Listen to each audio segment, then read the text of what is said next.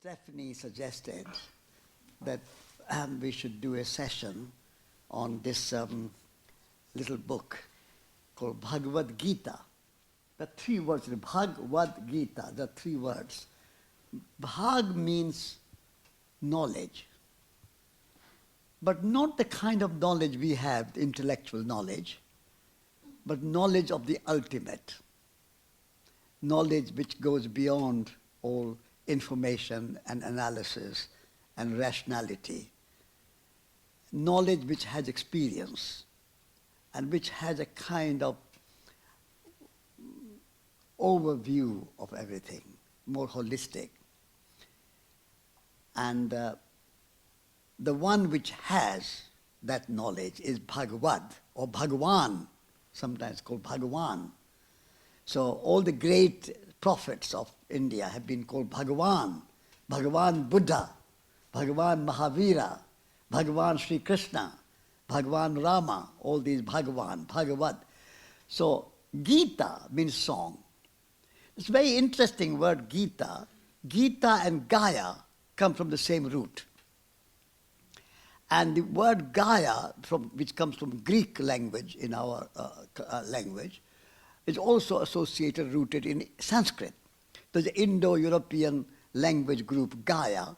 So Gaya means movement. Anything which moves is Gaya.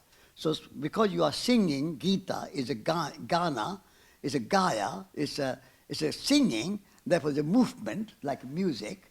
So songs are called movement, Gita. So Gita is a song. So it's a song of the God, song of the all-knowing, all-wise. The Bhagavad Gita is a chapter in a very long epic. And that long epic is called Mahabharata. Mahabharata is, I think, one of the world's longest book. It's a very big epic story. And Peter Brook, a very famous British theatre director, produced Mahabharata in Glasgow and in France and in Berlin and many places. But I went to see it in Glasgow. And reduced version of the play was 12 hours, from 12 p.m. to 12 a.m. And I sat there with the two intervals. I sat there for 12 hours watching the whole Mahabharata. And in that Mahabharata, the Bhagavad Gita was just a whisper in the ear. But not much in it. So you can imagine how big the story is. So within that story, it's a feud between two families, or one family, but two parts of the family, two brothers. And one brother's children are 100 children, 100 brothers, and the head of them is Duryodhana, and the other brother has 5 children, and they are called Pandavas, and the head is Dhritarashtra. And so this family of the 100 children, they become very jealous, and they don't want anything to do with the other part of the family. So they invite Yudhishthira, who is a very keen chess player. And this Duryodhana family has a very big chess player who is very cheater. He cheats the play, and therefore he can win. And so in that play, Dhritarashtra loses everything what he had inherited. And so in the end, he's sent into exile, 14 years of exile. And so for 14 years, they live in the forest to honor their word that they lost the game. But after that, Yudhishthira wants to have his kingdom back. And the brother says, no, you can't have anything back. So that's a kind of dispute. And so Krishna is a kind of great warrior, but also a great wise reincarnation of God, but also a king. And so both brothers want him to join their party, their side of the war. And so when they both go, Yudhishthira goes to see, or Arjuna goes to see him, one of the brothers, and Duryodhana goes to see him while Krishna is having siesta in the afternoon. And when the five brother side, Arjuna is sitting near the head, and Duryodhana is sitting near the feet. So when Krishna wakes up, he sees Duryodhana first, and then he sees Dhritarashtra. So, or Arjuna actually, Arjuna, who is a brother of Dhritarashtra. So Krishna says, what have you got? What have you come for? And so first Duryodhana answers, who is the head of the 100 brothers, who wants everything. He said, we are going to have war with this Arjuna and his 5 brothers. And I want you to be on my side and your army.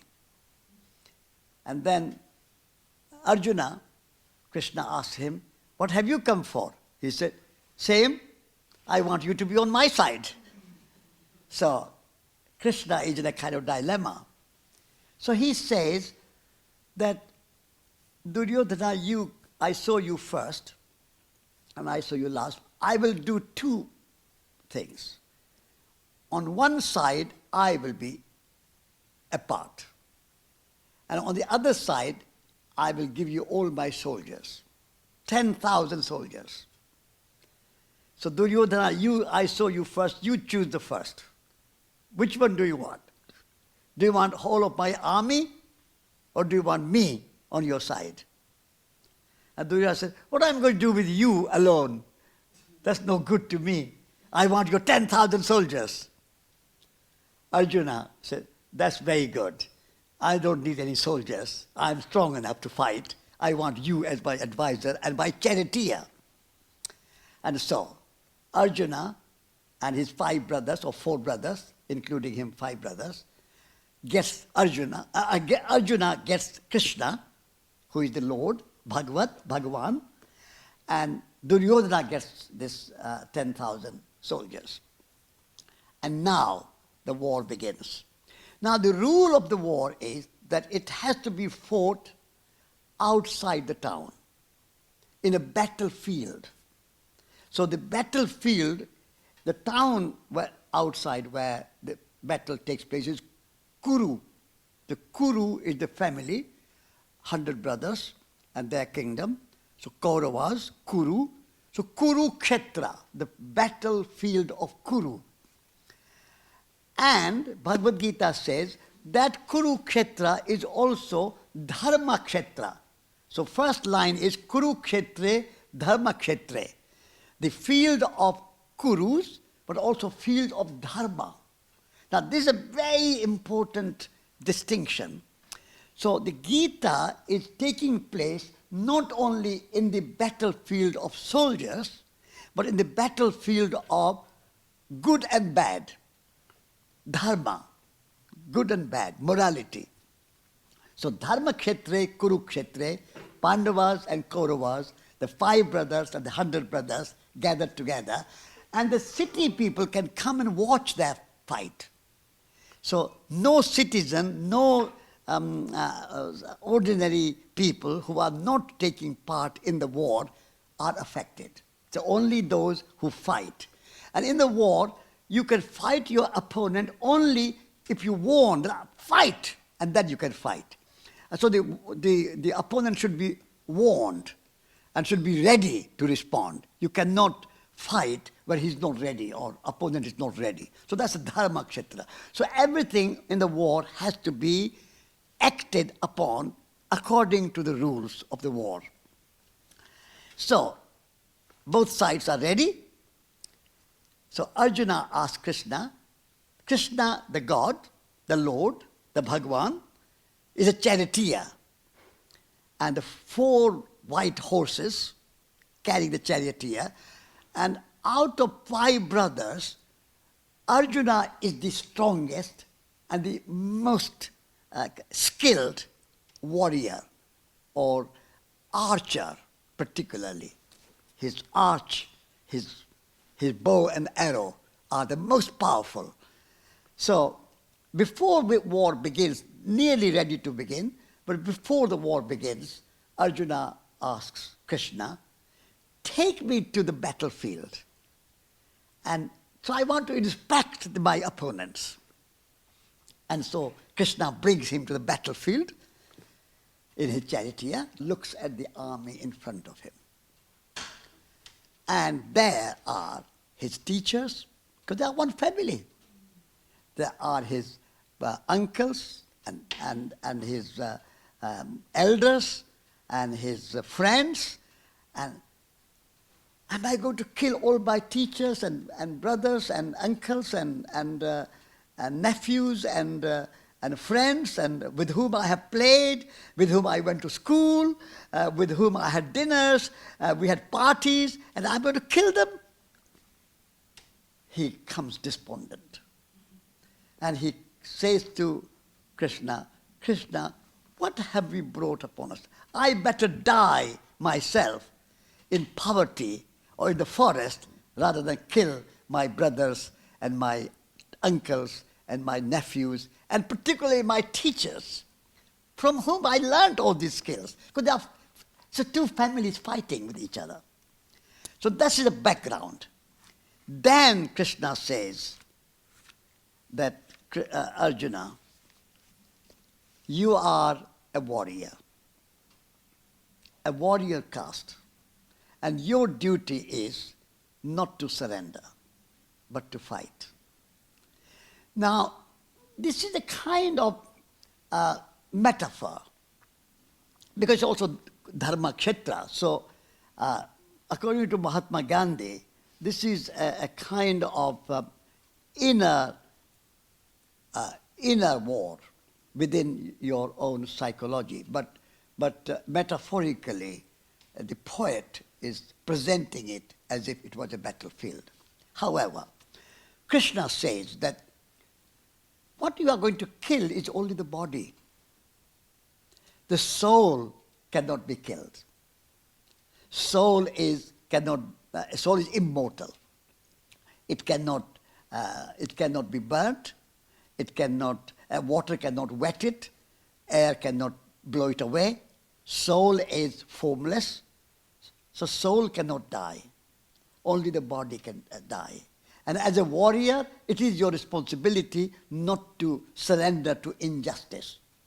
I have been to these teachers and so-called brothers and uncles, and I asked them for peace. I went to them and asked them that can they give you 5 brothers 5 small villages to live? And the whole of the rest of the kingdom they can have. Only 5 villages. And they have said to me that no, not an inch of land will be given to you. And therefore, they are so unjust, so unfair. We cannot accept that injustice. And therefore, you must fight. And so, but you must fight. One soul cannot be killed and does not die. Its only body dies. And body will die anyway, one day. Bodies cannot survive here. Either you die today or you die tomorrow or you die a few years later, but everybody will die. So why are you so grieved with the body?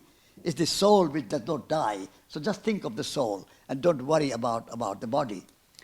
And then he says that even when you are fighting, do not fight to win the war. Winning or losing is not consequential. It's not relevant. You are fighting for your duty, for your responsibility. You are fighting as an action. And so he says that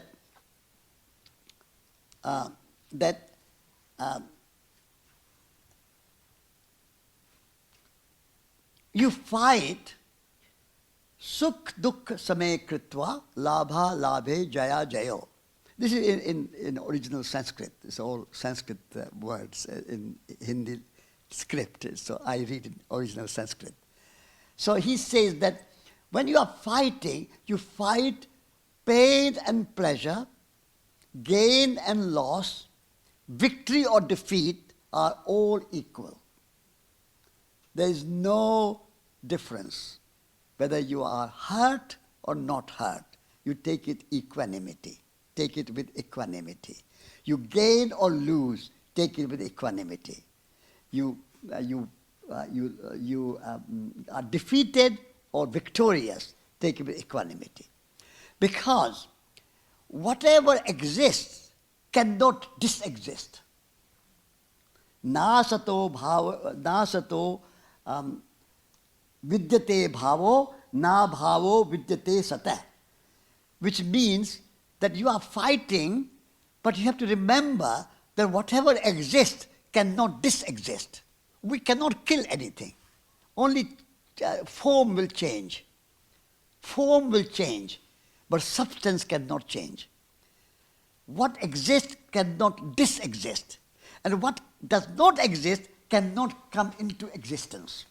Now, this is a very kind of basic philosophy of Hindu thinking, that all the material world, whatever is there, does not increase or decrease. You just change forms. So, for example, we have built this house. We have not created anything new which did not exist before. Only what we have done is we went to the forest and got the wood, changed the form. We went to the mining and got the stone. We got some metal from the mines. So there was already existing something which we brought them into a place and reformed them, changed the form and assembled them. And then all this assembly might disappear one day and might become wood again, might become compost for the wood again, or you might become mining again or something again. So whatever exists cannot disexist.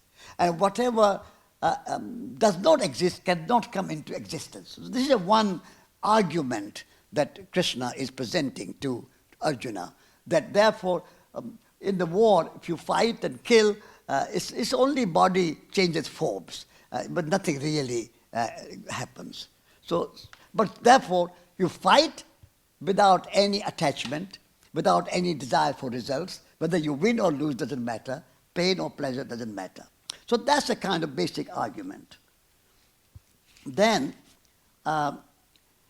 you change the body. It says that Vashansi jirnani yatha vihaya navani granhati roparani tatha sharirani vihaya jirnam nanyani sangyati navani dehi.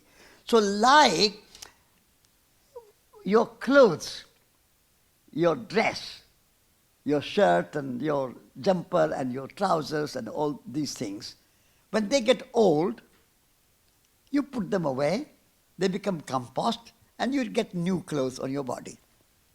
So the body is the same. The soul takes upon itself, wears this body, and when this body is no good, becomes old, sick, ill, cancer, whatever, heart attack, whatever happens, like old clothes we discard and take new clothes, the soul discards the old body and takes the new body.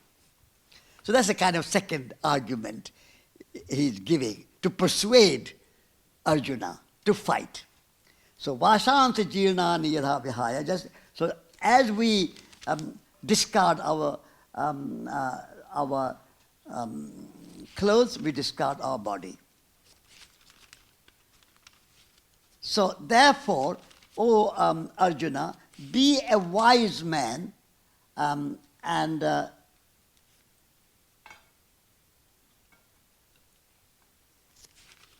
do not worry.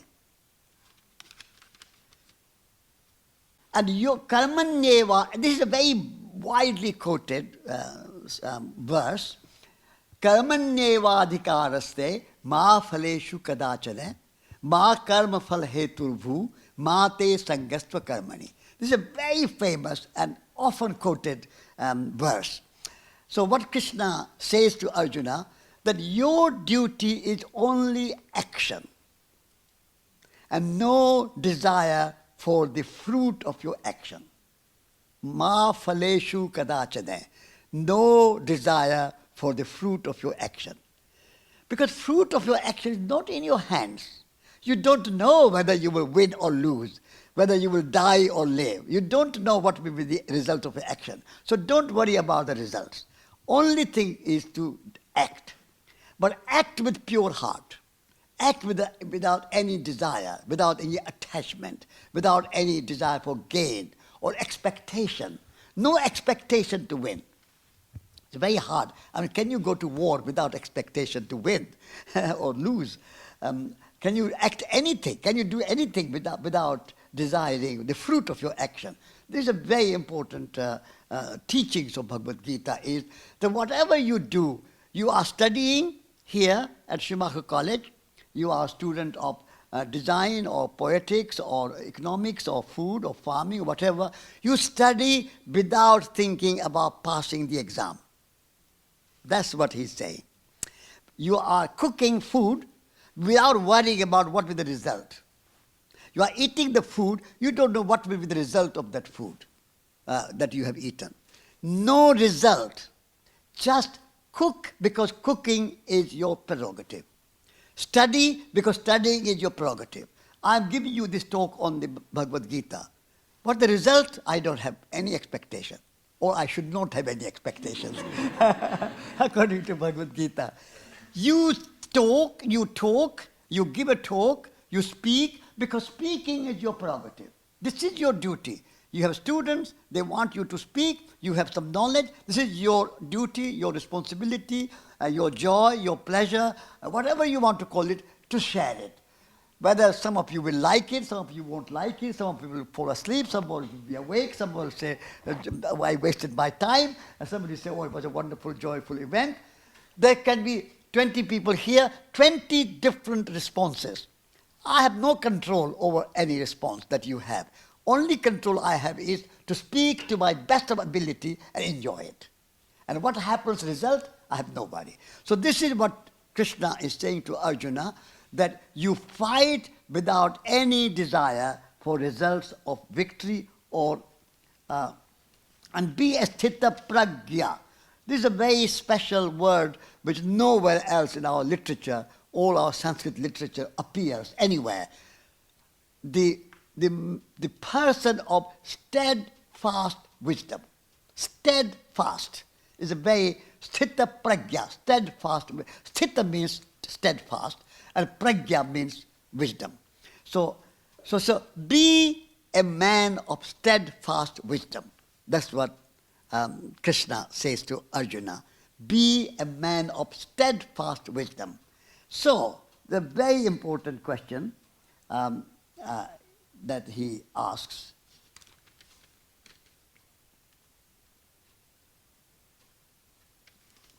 Sthita pragyasya ka bhasha. Yeah, here it is. Sthita pragyasya ka bhasha samadhisthasya keshava sthitadhi kim prabhasheta kimasita brajeta kim. So he said, oh Krishna, you are telling me to be a person of steadfast wisdom. But tell me, how does a steadfast wisdom person walks? How does he speak? What is the definition of a steadfast person? Steadfast, a person of steadfast wisdom. What's the definition? Sthita pragyasya. It's a very beautiful word, sthita pragya. You understand the word sthita pragya. Sthit is steady, solid. Pragya is the wisdom. How does he or she behave? Kimasita, how sit? How brajet, how walk? Kim, how does it do it? And this is my favorite chapter. This is why I said to Stephanie, I will speak about the second chapter, which is the dialogue between about that. And this is Krishna says, Prajahati yada kaman sarvan parth manogatan atmanyevatmana tushta sthita pragyastadochyate. This, I would say, is the soul of Bhagavad Gita for me. When you have given up all your desires which comes from your head, the greed, the desire to want, to own, to possess, to become successful, to become famous, to have possessive house, whatever, to have name, to have a job, whatever. When all these desires have gone, prajahati yada kaman sarvan partha manogatan, and then atmanyev atmana tushta, which means you are contented with yourself as you are. Self is contented by the self. For your contentment, Arjuna, you don't need anything external. A job will not make you contented. A house will not make you contented. Wealth will not make you contented. The kingdom that you might win will not make you contented. These are just superficial. I'm asking you to fight, but those are superficial things. Fight without any expectation that will make you happy. Your happiness completely depends on yourself.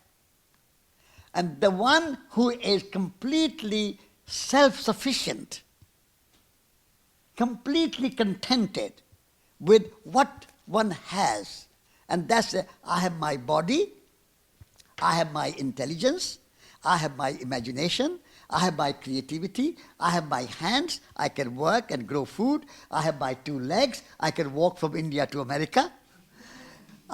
I can do everything I need to do. I don't need anything else. I don't desire anything else. That is the person of steadfast wisdom. It's a very wonderful, wonderful shloka. And then, dukkheshu anudvignamane, sukheshu vigataspriya. And when a person of steadfast wisdom has some painful experience, not disturbed. Dukkheshu anudvignamane means dukkha is the pain or the loss or the unhappiness situation. You are not disturbed. And sukheshu vigataspriya. And when you are something happening good to you, you are successful, you got your good marks, you came first in your exam, you made such good food that everybody is praising, oh, what a delicious food you cooked. You wrote a nice book, everybody say, what a wonderful book you wrote. But you are not affected by it. You are not exuberant. You say, how good I am, everybody is praising me. You are not up. So when you say times are good, you don't feel high. When times are bad, you don't feel low. That's the equanimity. So dukkheshu anudvignamana. It's a very beautiful language. Sanskrit language is very beautiful. When pain and low time in your life, you are not disturbed. You can take it easy. Take it easy. When you are ill, you take it easy. You are tired, you take it easy. You have a blisters in your feet, you are walking, take it easy. Whatever comes, take it easy. Don't be disturbed. And when things are good, things are high, don't get exuberant. So that's a wonderful, wonderful teaching. And then you are free of raga, bhaya, and krodha. Three vices. First one is attachment, raga. Bhaya is fear. We are always afraid of something. We are afraid of death, for example. So if you are refusing to die, refusing to fight, that means you are afraid of death. Or you are afraid of loss.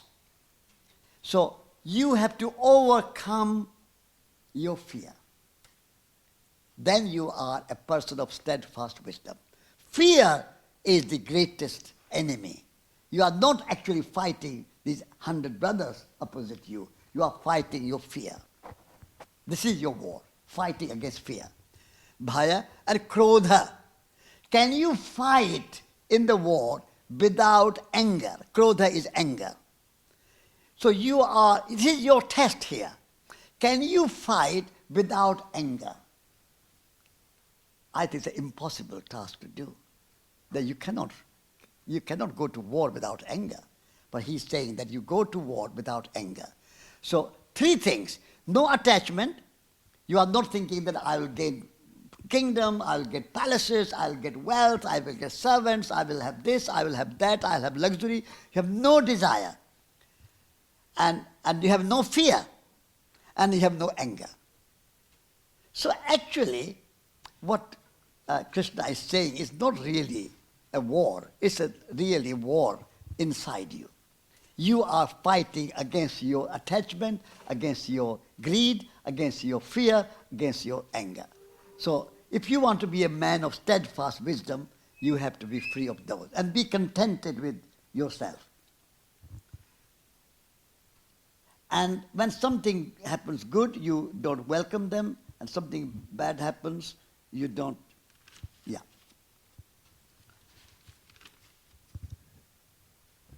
And then Krishna says that knowledge and action are one. And the knowledge without action is also incomplete. So, Sankhyam yogam cha ekam cha yah pashyati sah pashyati.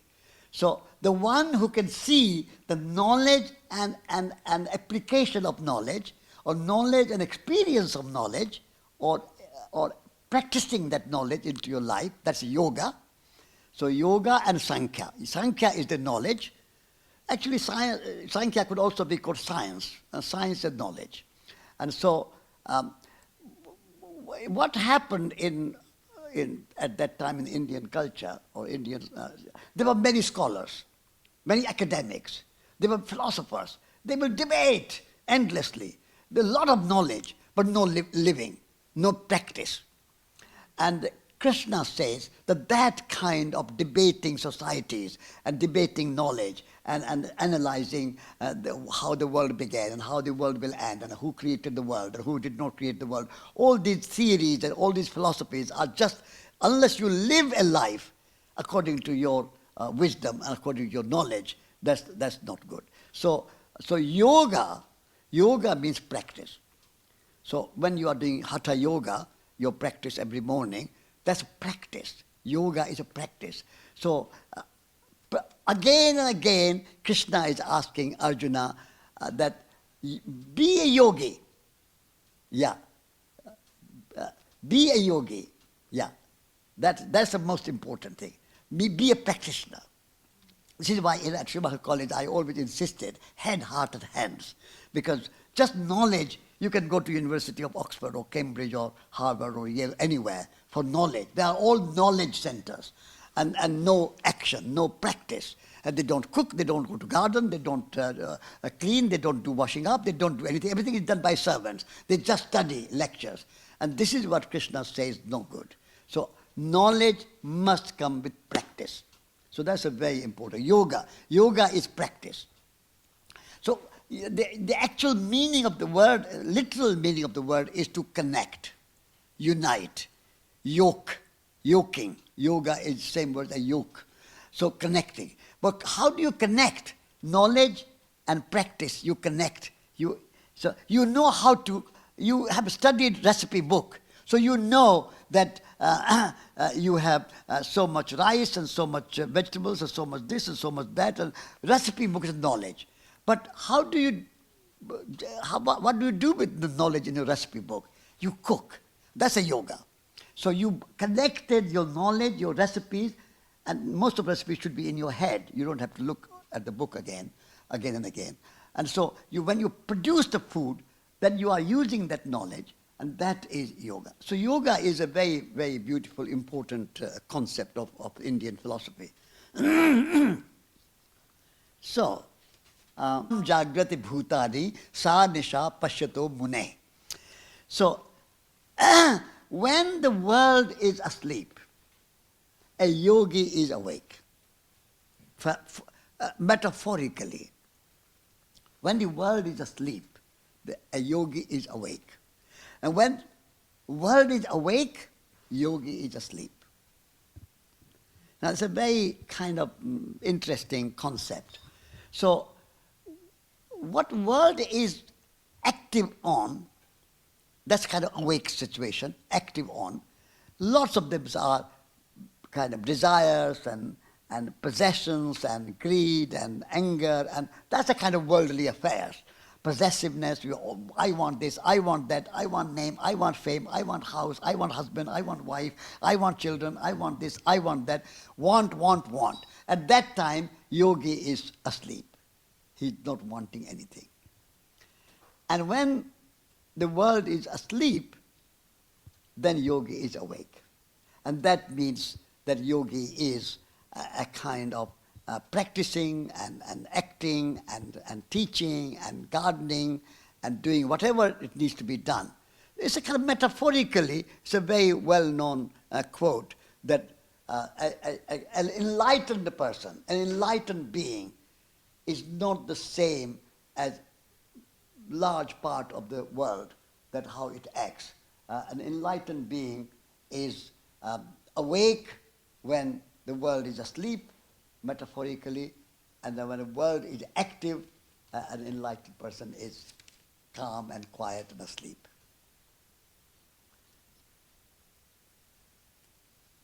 There are many, many other good things, and the other thing here is Vihaya kamanya sarvan pumanscharita nispriya nirmamo nirhankara shanti shanti madhigacchati.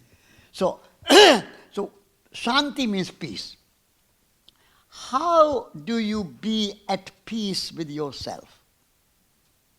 That's the first peace. Before you can make peace in the world, you have to peace in yourself, within yourself. Unless you are at peace within yourself, you are not going to make peace in the world. And why we lose peace? Because of ahankar. Ahankar means ego. Me, my power. Putin, my power. Netanyahu, my power. Biden, Xi Jinping, my power, my control, my possession, my name, my fame. So that can be individual ego or a collective ego. Collective ego, national ego. So Israel, Palestine, Russia, China, India, Ukraine, England, country. So in the name of the country, I can kill. So it's a kind of, so it's a kind of letting go of ego is the source of peace. When you say, I am, you are in a bondage. I am. In an egotistical way. I am separate from you. I want more power over you. I want more name for myself.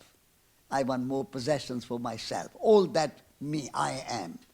Not I am in a kind of a spiritual, humble way, but I am in a kind of egotistical way.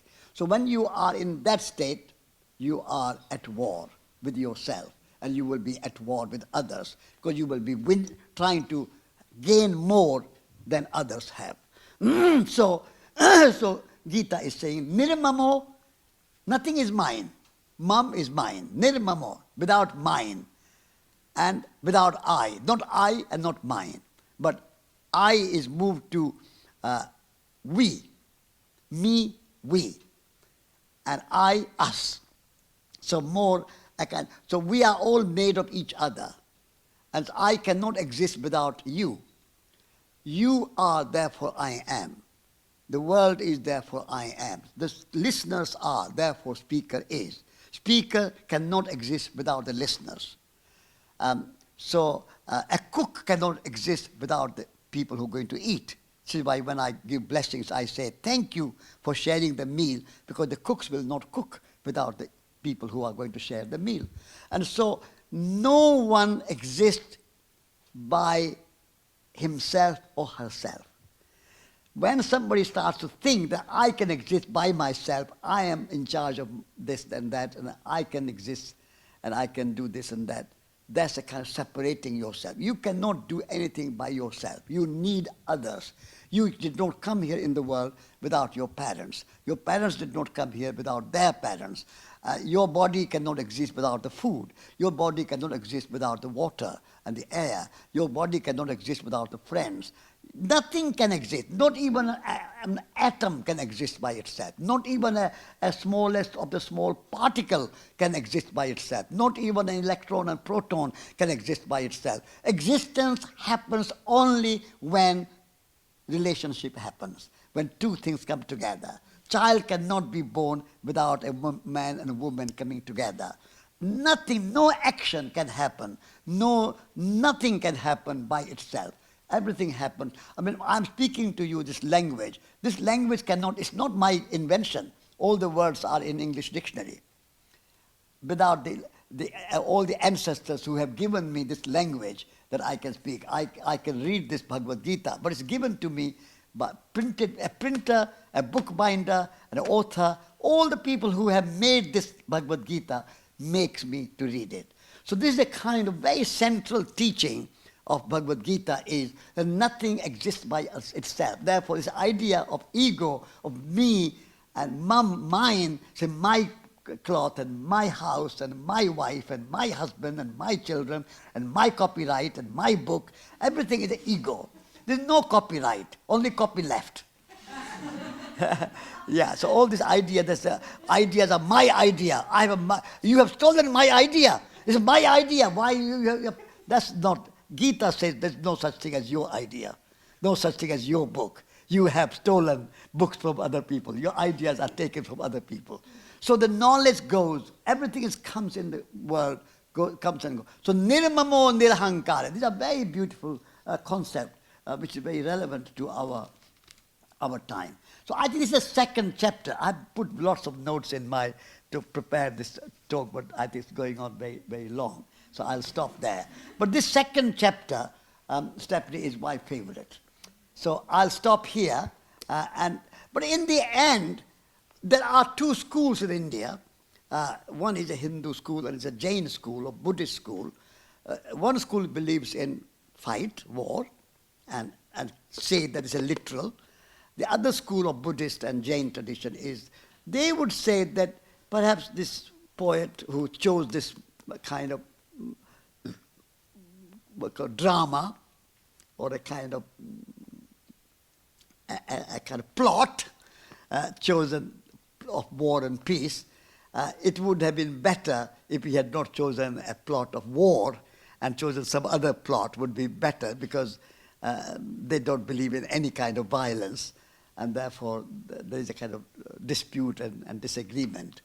But many, many great philosophers, religious teachers, from Aurobindo to Mahatma Gandhi to Vinoba Bhave to Vivekananda to many, from ancient times, from Shankaracharya to Ramanuja, there are hundreds of commentaries on this little book, hundreds of commentaries.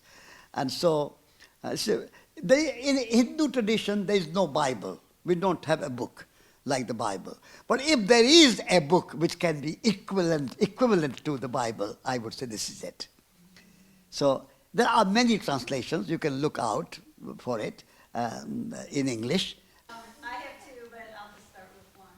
I guess one of my first questions is, when I was reading it and they were talking about there's a difference between renunciation and detachment. Yeah. Renunciation is sannyasa, Yeah. and detachment is tiyaga.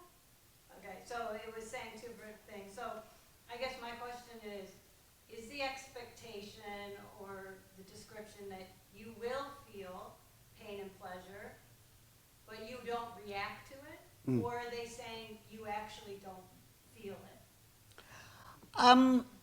You may feel it, but you don't embrace it. You practice equanimity. So you say to yourself, this too will pass. This too will pass. I don't have to hold on to it. This too will pass. Nothing will last. It will, like I breathe in and I breathe out. I don't hold on to anything. So coming and going out, coming in, going out. So this will pass. So that's a kind of detachment, is a kind of equanimity. You don't get stuck with it. You don't get too worried about it. That's the idea. Because I guess part of me was like, but food does taste delicious, and the bird singing is beautiful. Am I not supposed don't hear or taste any of it, or you're saying you do, but you're just not attached to the feeling. Yes, you do, but you don't feel attached. Yeah, yeah, yeah. The Bhagavad Gita has two words. One is called karma yoga, and then it's called karma sannyasa. So, and Bhagavad Gita clearly says that karma yoga is better than karma sannyasa. So, karma sannyasa means you give up action. You renounce the world. You renounce your family. You go and live in Himalayas. You go and join an ashram. You meditate. You don't engage with the world. You are not activist. You are not family. You are not Schumacher College. You are not doing anything. You just take retirement. You retire from the world. Sannyasa is a kind of giving up.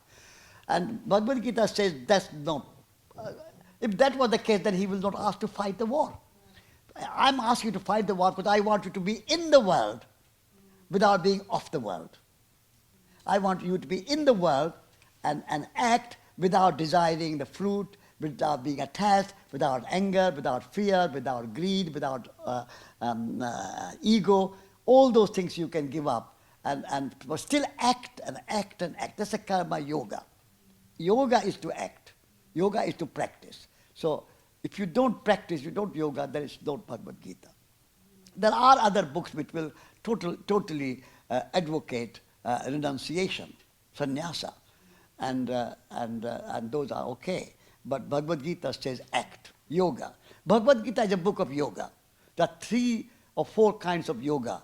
The yoga of knowledge, jnana yoga, then yoga of action, karma yoga, then yoga of devotion, bhakti yoga, and then yoga, raja yoga, 4 yogas. And so he's always advocating yoga. Practice, live. You, without action, you cannot live. Sorry? You say bhakti yoga is a devotion. Bhakti yoga is devotion. Did you say something about that? Hmm? Did you say something about that? Something about that, yeah. So bhakti is a kind of surrender of ego. So you can start with, you can say bhakti is a kind of Sanskrit word for love. Love and bhakti are equal. Although there are other words for love in Sanskrit as well, prem is another word, but bhakti is very close to love. Now, love of God, love of Krishna is bhakti. Love of Guru, a teacher, is a bhakti. Love of your beloved wife is a bhakti. Love at every level can be bhakti. But bhakti particularly seeing God as your friend. Seeing God as your beloved. So Krishna has gopis, and gopis have Krishna. So gopis are the beloved girlfriends, and many of them. And Krishna has a wife, but also has many girlfriends. And they are all devotees, bhakti, of Krishna. And Krishna is devoted to them. And Krishna plays with them. It's a very playful figure, Krishna. The young gopis, young girls, young girlfriends, are bathing in the river Jamuna in Vrindavan, the town of Vrindavan. And Krishna comes and all their clothes are on the bank of the river. And so he naughtily takes all the clothes and puts them on the tree. And he wants them all to come out without clothes, naked. That's kind of playfulness.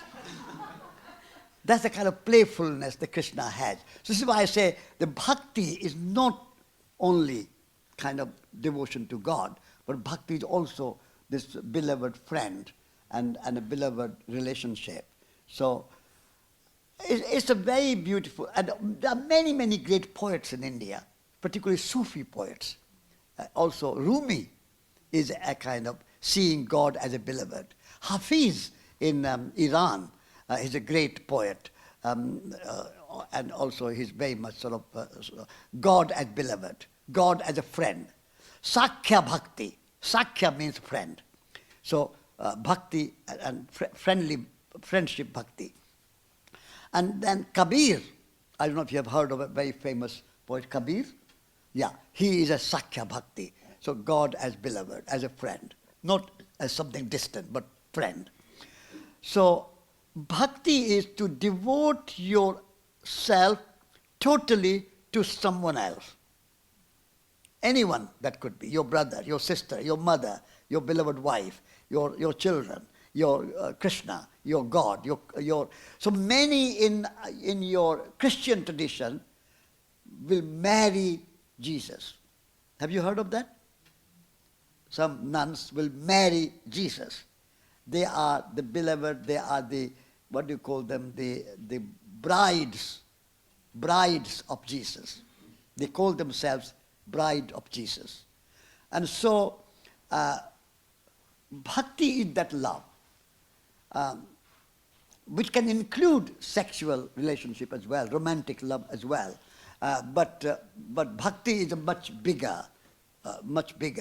So I would say you can call bhakti as divine love and personal love at all levels. That's bhakti. Great poetry, bhakti movement. It's a big movement in India, bhakti movement. And a tremendous amount of literature in bhakti, yes. So continuing on with these categories, I heard a talk once about sort of trying to figure out if you're a bhakti yogi or a raja or a householder, all these different sort of ways of being a yogi. And I was wondering, are you supposed to try to figure out which one you are, or is it a choice, or is it something that you sort of divinely already are? Which kind of Two ways. One is recognizing what your natural tendency is. Are you drawn to more learning, more knowledge, more studying, and sort of finding your path through that study? So that would be a jnana yoga, so the yoga of knowledge, Sankhya yoga, knowledge, rational, and also holistic. So that, or you are drawn to more bhakti, or you are drawn to action. So you can self-knowledge, know yourself. Where am I drawn to? What is attracting me? Where I feel comfortable? Do I feel more comfortable in the library, or I feel more comfortable in the kitchen or in the garden? You can feel where I'm drawn to. And then you recognize yourself, that's a self-knowledge. And if you are drawn to garden, then you say, I'm going to garden every day. And I'm going to learn to plant seeds. I feel very comfortable there. I feel very happy there. When I see trees and I see birds and I see plants and I see flowers, I feel exuberant. I feel excited. I feel delighted. I want to be there. That's how you know yourself. So that's one way. The second is cultivating so you feel that I would like to cultivate bhakti, or I want to cultivate karma yoga, or I want to cultivate jnana yoga. So I will go to Schumacher College and sit in the library, or I will go to somewhere and find a teacher who can teach me about Bhagavad Gita or the Upanishads or philosophy or something like that. So you can have a kind of intellectually, you can sort of cultivate your interest and become drawn to it. That's also possible, and people do that. But my particular advice to people is to focus on yourself. Say, what makes you really comfortable? What makes you really happy doing? Do you feel happy studying? Do you feel happy acting? Do you feel happy helping somebody? That's a bhakti yoga, helping somebody. You want to be a nurse, you want to be a doctor, you want to be a teacher because you are devoted to children, or you want to take care of old people. So that's a kind of bhakti, and so you are drawn to it, and then you go to it and you cultivate that and you become expert to that. So I would suggest mostly that you have a self-knowledge. Look at yourself, feel yourself, how you feel, and what makes you comfortable, and follow that. Follow your intuition. That's better. So some people will be very bhakti oriented, some people will be very action oriented. I would say Gandhi was action oriented. Martin Luther King was action oriented. St. Francis was more a bhakti oriented. He was a devotee. St. Clare was a bhakti oriented. So there are people who will be more bhakti oriented, and there will be more people. But Gandhi was a very much like Arjuna on the battlefield, fighting for independence. Martin Luther King was fighting, going to prison 29 times. He went to jail in his 10 years action. So he was a karma yogi. So you can find what you are and then focus on that and cultivate that and go for that wholeheartedly. Action in action, and action within inaction is certainly wise among men. Indeed, he is a yogi and a performer of all actions. So, karma, akarma, and there is somewhere else, there is another word called vikarma. There are three. Karma means action. And vikarma is kind of wise action. And akarma is acting without acting. Like sun. I mentioned to you? Yeah. Sun. Sun is not moving, standing still forever in eternity. And yet the sun makes the whole earth move. And the sun rises in the morning and we get up and we bathe and we dress and we go and we garden and we cook and we write and we do everything. Who is making it happen? The one who is not acting, just standing still. The earth moves. And so there are people who just, their presence makes you active. So that's akarma. So there is a place for lack of action, but that still inspires and influences. Sometimes you are influenced by people who are no longer here. So for example, Christians are inspired by Jesus Christ. Jesus Christ is not here. He's akarma. He's not acting. He's not doing anything. He's not teaching. But people are going to church every Sunday and saying, Jesus Christ, Savior, and so on and so on. And the Buddha, he's no longer acting. He's gone 2,500, 600 years ago. And yet people are active. He's making people act. And so even when you have gone, they can make you act. But even sometimes people are there. Just Satish is in the college, so we are going to do this. Or Satish is here, so we are going to prepare that. So just my presence can help you to do so. I'm just, as a metaphor, I'm saying. Just somebody's presence in a particular place can activate people to do something. So that's a kind of akarma. That's what that Sanskrit is. So sometimes you don't have to do very much, but you have to be really a very highly kind of evolved a human being to influence other people to act. So that's a very good, they have an original Sanskrit, then a Sanskrit alliteration, and that's by this... and then there's commentary. And the commentary. I didn't read that, because I wanted to hear what you had to say. Okay, yeah. There's lots of different commentary, yeah, different commentary, yes, yeah. Anything else?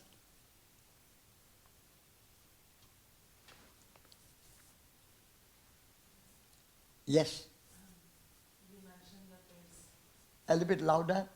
You mentioned that there's this bhakti towards seeing God as a beloved. Yes. In a way. Are there texts that refer to the earth as a beloved as well? Because we tend to conceptualize her as mother, but she can also be beloved in a way, or friend. Mother. Yeah. Mother? Not never beloved. Hmm? The earth can be considered beloved. Has the earth been conceptualized as beloved? Yes. Through bhakti as well? Yes. Text from your Yes. Yes. So you can have bhakti for the earth. And so you can see earth as your beloved, as your mother, but also as a beloved. and your friend. So you could say friends of the earth. So that's a kind of Sakya Bhakti. So you take care of the earth as you take care of your friend, or you take care of your mother, or you take care of your beloved. So yes, there are many, many people who are devoted to ecology, environment, like maybe Greta Thunberg, or many other, James Lovelock, Lynn Margulis. These are kind of people of bhakti for the earth. Anne Nash, deep ecology. So bhakti, so you can come into environmental movement, ecology movement, conservation movement. Jane Goodall, I think she is a good example of bhakti for the earth, bhakti for chimpanzee, bhakti for animal rights people who are devoted to animals. They have great devotion. I have a friend in Delhi. She looks after street dogs in Delhi. And she had something like 20 dogs in her street. And she cooks for them every day, food. She prepares some clothing so that in the winter time they are not too cold, some sort of little jacket for every dog. And then she, in here and there, she puts a little hut or little sort of shelter where they can sleep at night. So devoted. For her, those street dogs are like gods and goddesses and the earth. And she's totally devoted. And she spent all that money from her own pocket. She doesn't raise any money from outside. Sometimes she asks friends to give some money. Occasionally they give. But mostly her own money, her own time, and she's totally devoted. So that's a bhakti. So bhakti is a total surrender of your ego and taking care of someone, whether it's a dog or a cat or a cow or a tree or a garden or a friend or a teacher or God or whatever it is. It's not the other, it's your complete surrender of your ego. That's what bhakti is. Yeah. And once you have bhakti, all your anger, fear, attachment, greed, all those things disappear. You are so devoted to whatever you love, so devoted, nothing comes into your way.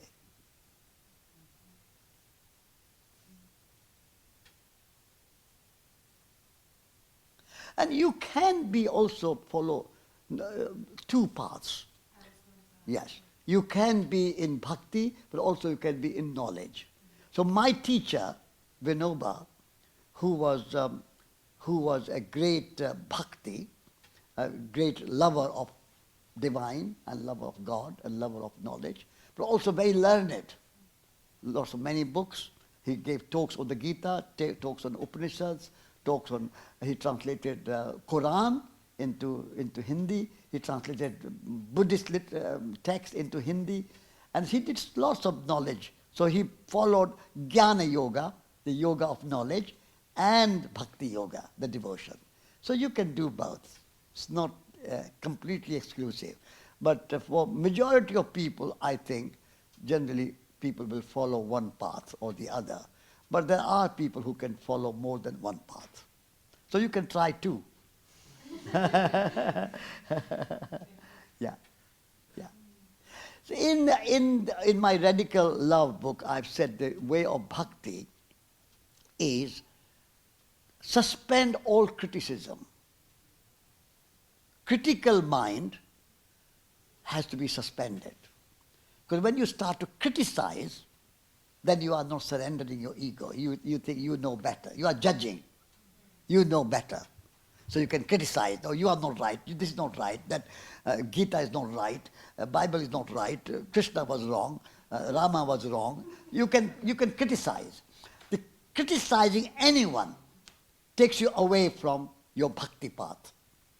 And then complaining takes you away from bhakti path. You complain that you are judgmental. You are not surrendering your ideas and your ego. You are complaining as an ego. I know better. I'm judging you. You have not done right. You didn't cook properly. You didn't clean properly. You didn't You complain. Criticize and complain are similar. And so that's a criticizing, complaining. And then third C is comparing. You compare, oh, your thesis is not as good as her thesis, or your film is not as good as her film, or something you compare to. And that's also judgmental. That's not bhakti. So in bhakti, you surrender your criticism, you surrender your complaining, you surrender your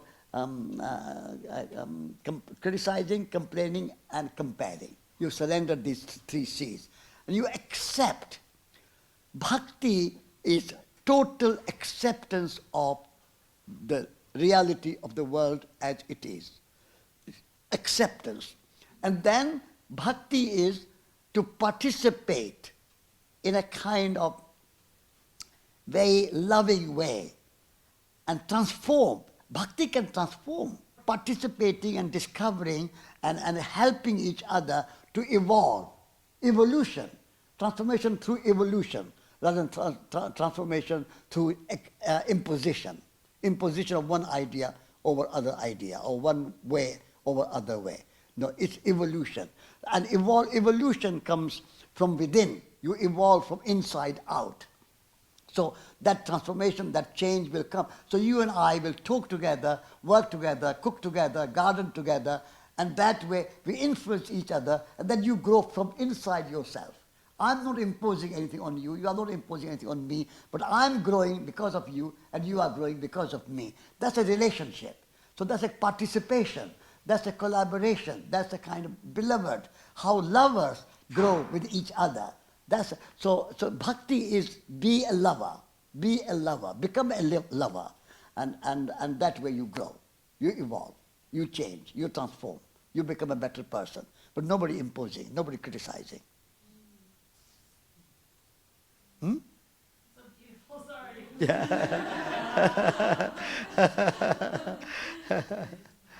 Yeah.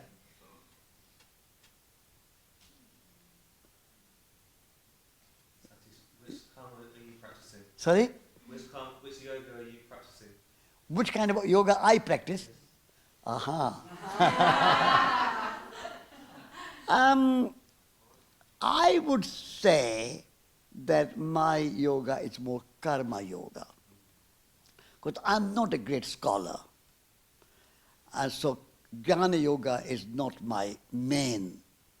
I mean, I have honorary PhD, but I didn't study anything. I didn't write a thesis. I didn't write anything. So, and my books are very kind of simple. They are not academic. They are not scholarly. So jnana yoga is not my way.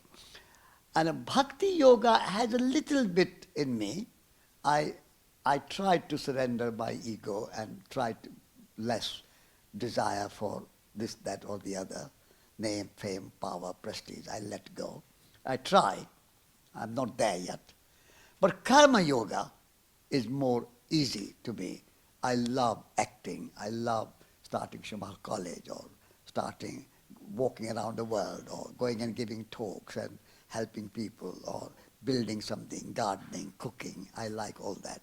So I would say I'm a karma yogi. Karma yogi. And karma yogi, and I try, and I'm always aware, I'm always mindful of doing everything what I'm doing without grasping the results, without desiring the results. So clinging on, grasping, and a kind of desiring, I'm more mindful of letting go. Letting go, I'm mindful. I'm not there yet, but I'm on the way. I'm making the journey.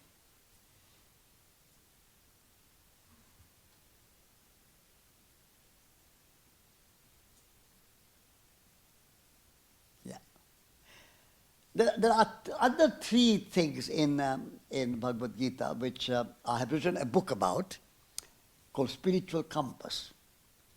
And that concept, you may have come across it, Stephanie.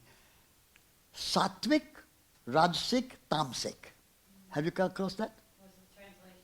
Huh? What does that Sattvic means simple and authentic and natural.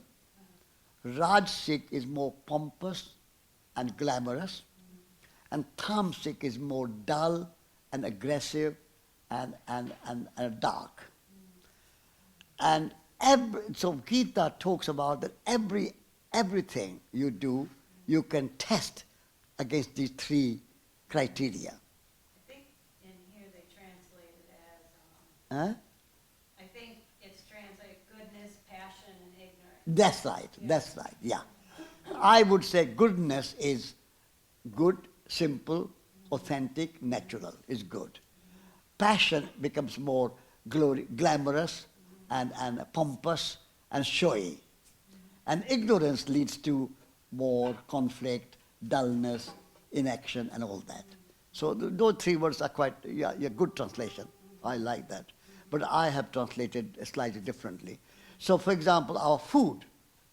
Food can be sattvic, so our vegetarian food, cooked authentically, mostly local, and very simple but very tasty.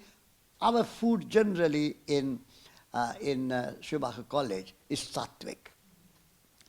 When you go to kind of Michelin restaurants, where famous chefs in a very fancy tablecloths and a fancy cutlery and fancy crockery and fancy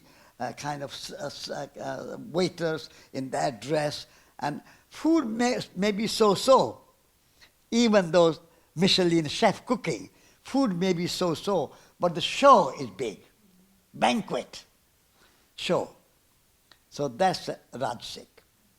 And then stale food, drinking like sort of alcoholic drinks, meat, kind of sausages which are kept for ages, weeks and weeks, old, stale. That kind of food is tamasic. So you can have the same thing with clothes. You can have simple, daily, useful, elegant clothes, which are sattvic, or you can dress up for the party and kind of showy. And everybody, oh, look at that hat, going to Buckingham Palace or somewhere. What is that called? Another place where people dress up? Ascot. Huh? Ascot. Ascot, that's right.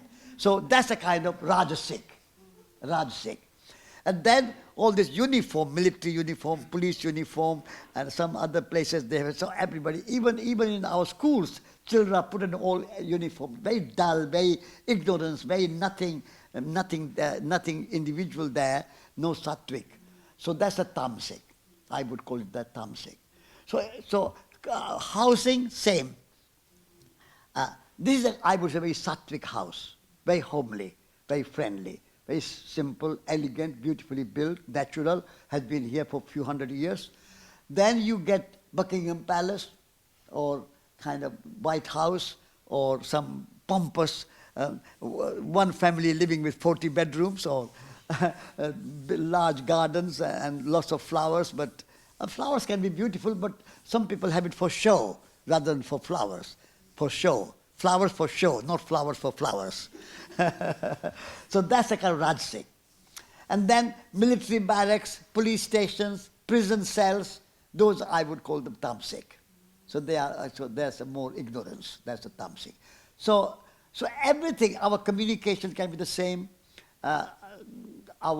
Everything you do, everything, all our actions in our life can be tested against these three principles. And that's a very big contribution in the Bhagavad Gita. Sattvic, Rajasic, Tamasic. And I read a whole book about it, called Spiritual Compass. Book is called Spiritual Compass. Ish. Yes.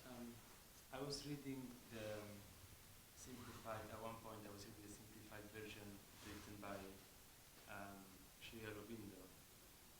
And when I was reading that, I was connecting these three concepts to creation, balance, and destruction. Creation Balance and destruction.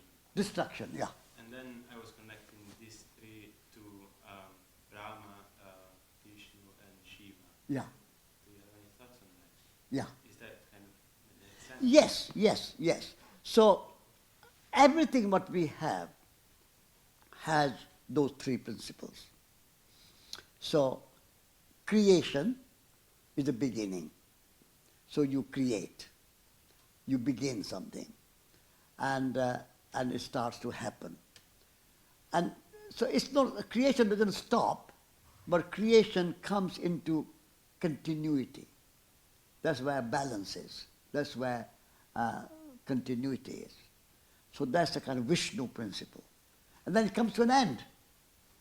Yeah, like we start our conversation. So this talk on Gita started with Stephanie a week ago or 2 weeks ago saying to me that would you give a little talk on Bhagavad Gita?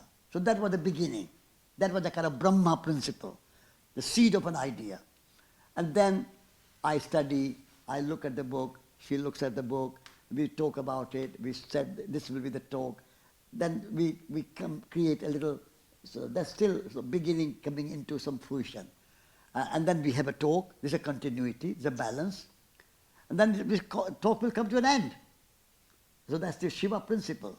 So Shiva is not destruction, it's a conclusion. It's a kind of, everything has an end. Everything has a beginning, everything has a continuity, everything has an end and a beginning again. Beginning again. So Shiva, although it talks about as a god of dissolution or conclusion or even destruction or death, but actually he is also the god of creation.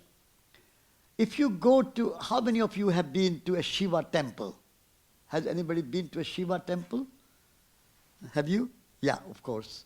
So, in Shiva temple, the image is not of a human figure. You know what the image or the statue or the image is in a Shiva temple? What do you call it? Phallus? Call it? Phallus. A male organ. Male sexual organ. Not just male sexual organ, but male sexual organ in union with the female sexual organ. It's a yoni, which is a kind of, and male figure, male image penetrating. And that's called Shiva Lingam. Shiva Lingam. And Shiva is the god and the teacher of Tantra. Have you heard of Tantra? Tantra, Tan means body, Tra means liberation. Liberation through body. And the sexuality is a part of that Tantra. Tantric practice is a sexual practice. So Shiva is the god of Tantra.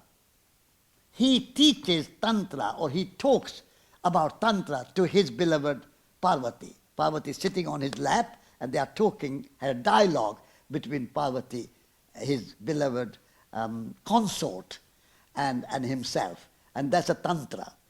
So in the Hindu tradition, sex is sacred.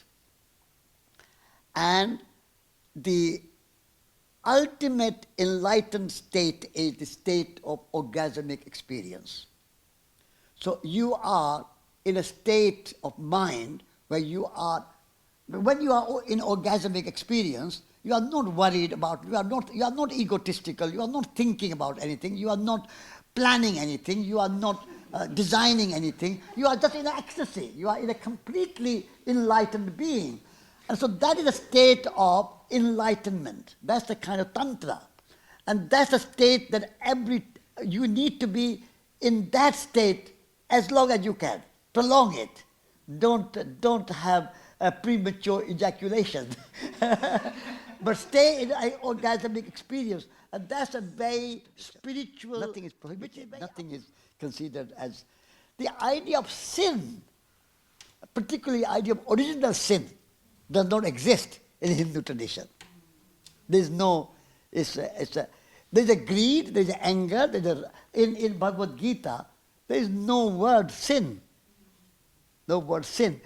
You are trying to be free of attachment, fear, anger, all those things, but no sin. And there's no original sin. and there's no prerogative. What you call the purgatory. Purgatory. Yeah, there's no purgatory where you are waiting for somebody to give a judgment, and then I mean there is a kind of the idea of hell and heaven. Hell and heaven is also a metaphor. Hell and heaven are not actual physical location. But I think from a traditional Christian point of view, there's somewhere you go after the judgment, the final judgment, day of judgment, you go and you are sent to hell or sent to heaven. But in the Hindu tradition, we don't have such, what do you call purgatory. There's no such place as purgatory. And the hell and heaven are state of mind. So when you are angry and greedy and egotistical, you are in a state of hell. And when you are kind and compassionate and loving and a bhakti and yoga and service, then you are in a state of heaven. So that's a kind of metaphor rather than actual physical location. Yes. Then to perform another's duty perfectly. One is never subjected to bad karma by performing one's prescribed duties according to one's own nature. According to one's own nature, that's a key word. Yeah. So, what it says is that there's another line in this same sort of way. Swadharmo nidhanam shreya paradharmo bhayavaha. Something like that. Anyway, so in Bhagavad Gita, there are two words. Swadharma, paradharma. Swadharma is the swa means self and dharma. So path, you can call it in this case.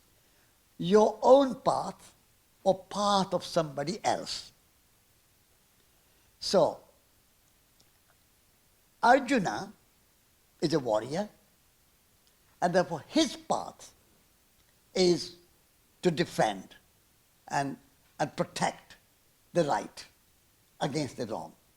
And this is why Krishna is advocating that your swadharma is not to accept the injustice, but to fight. But Brahmin swadharma is not to fight.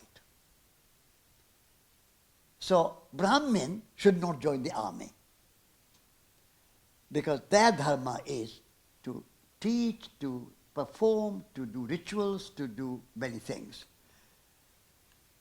But Bhagavad Gita says that swadharma and paradharma is related to everyone, every single human being. Each and every one of us have our own dharma. Like we have our own body. Now, I have two eyes, all of you have two eyes.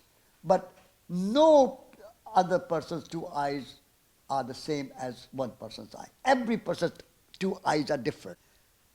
In the same way, everyone has their own dharma, their own, you can say, religion, or you can say their own path, or their own truth. So, your truth is your truth. And you need to discover your truth and realize your truth and follow your path and follow your intuition and not copy, because you think, somebody is Thich Nhat Hanh, Dalai Lama, or somebody, such a wonderful person. I want to be like Thich Nhat Hanh. I want to be like Dalai Lama. I want to be like St. Francis. I want to be like Shakespeare. I want to be like somebody. No. Bhagavad Gita said, be yourself. You have your unique dharma. So follow your own path. Follow your own intuition. Follow your own voice. Each one of us. I mean, if I say, such and such book is so wonderful. Thich Nhat Hanh's books is so beautiful. I want to write a book like Thich Nhat Hanh. No. No. Never. Find your own voice. If I'm teaching you, I want to teach like somebody else. No. I have to teach the way I teach. So Swadharma is that each one of us have to find our own voice, our own path, our own truth, our own duty, our own way of doing things. And stick with that. And don't try to copy somebody else. Don't try to take somebody else's path. and therefore I said, don't criticize others, because everybody has their own path. Everybody has their own truth. How can I say your truth is not truth, my truth is only truth? Everybody has their own truth. So Swadharma, and therefore it is better to die following your own dharma, and even if you are not famous, you are not successful, you are not there, you have not achieved anything, still stick with your own path rather than try to follow somebody else and fail there. So it's better to die following your own path. Swadharma nidhanam shreya. Nidhanam means die. Shreya means better. Paradharma bhayavaya. Be afraid of, be away from paradharma, somebody else's dharma. It's a very profound teaching. Be yourself, in one word. Be yourself. You are a unique being. There is no one else like you.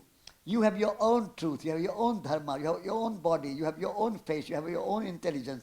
Everything is uniquely given to you. The universe has designed the whole world to give every single person and single being their unique speciality. And follow that speciality. That's a Swadharma. So 8 billion people have 8 billion dharmas. There's no one Hindu dharma, no one Christian dharma, no one Buddha dharma. Each and every one of us have our own dharma. Buddha started Buddha dharma. Why did he not follow Hindu dharma? Because he found his own dharma. So now why should I be Buddhist? I have to be a Satishist. Every one of you have to be your own. So no dogma, no a path which is for everybody. Everybody has to make their own path, their own, and that's courageous. You need a lot of courage to do that. And therefore it is better to die following your path rather than follow somebody else's or copy somebody else. Yeah. So that's a very beautiful line what you have said there. It's very lovely. Gita is full of wisdom and very relevant to our time. Very relevant to our time. It's a perennial wisdom. It's a perennial wisdom. It's never gets old or out of date. It's never out of date. It's a kind of perennial wisdom there. So be yourself. That's a Swadharma. Be yourself. Every person is unique, and follow your dharma. And do not underestimate yourself. We quite often underestimate ourselves. We say, oh, I'm not good enough, I'm not as good as such and such person, I can't do this, I can't do that. Don't undervalue, underestimate, undersell yourself. You are a very special person, each one of you. And so just follow yourself and be contented. Be contented. That's a very atmanyevatmana tushta. That's a very, I read that. That's the first teaching. Yeah. Be contented with yourself and grow from there. Not with discontentment. Discontentment breeds unhappiness. The source of happiness in Bhagavad Gita is contentment. Be contented with yourself.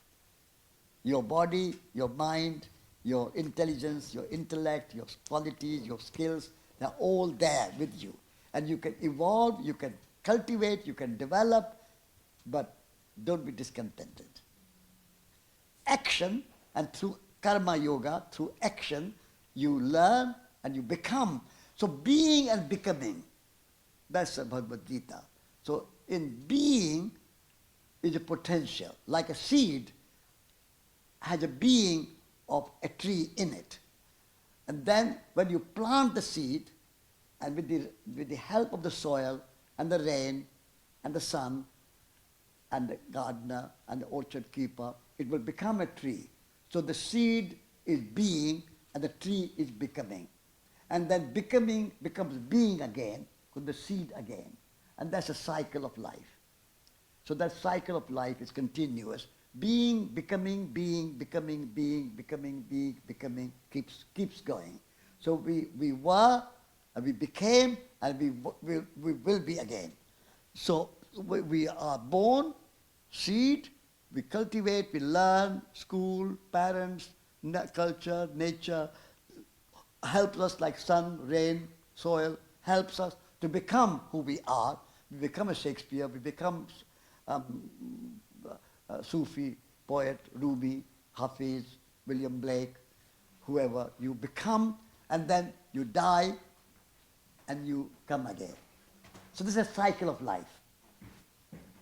So that's a Swadharma, very important. Okay, I think we have done 9:30 now, 1.5 hour. Good? Everybody happy? Good, good. Thank you, thank you, thank you. Thank you, thank you, thank you, thank you, thank you, thank you, thank you, thank you. Pleasure, pleasure.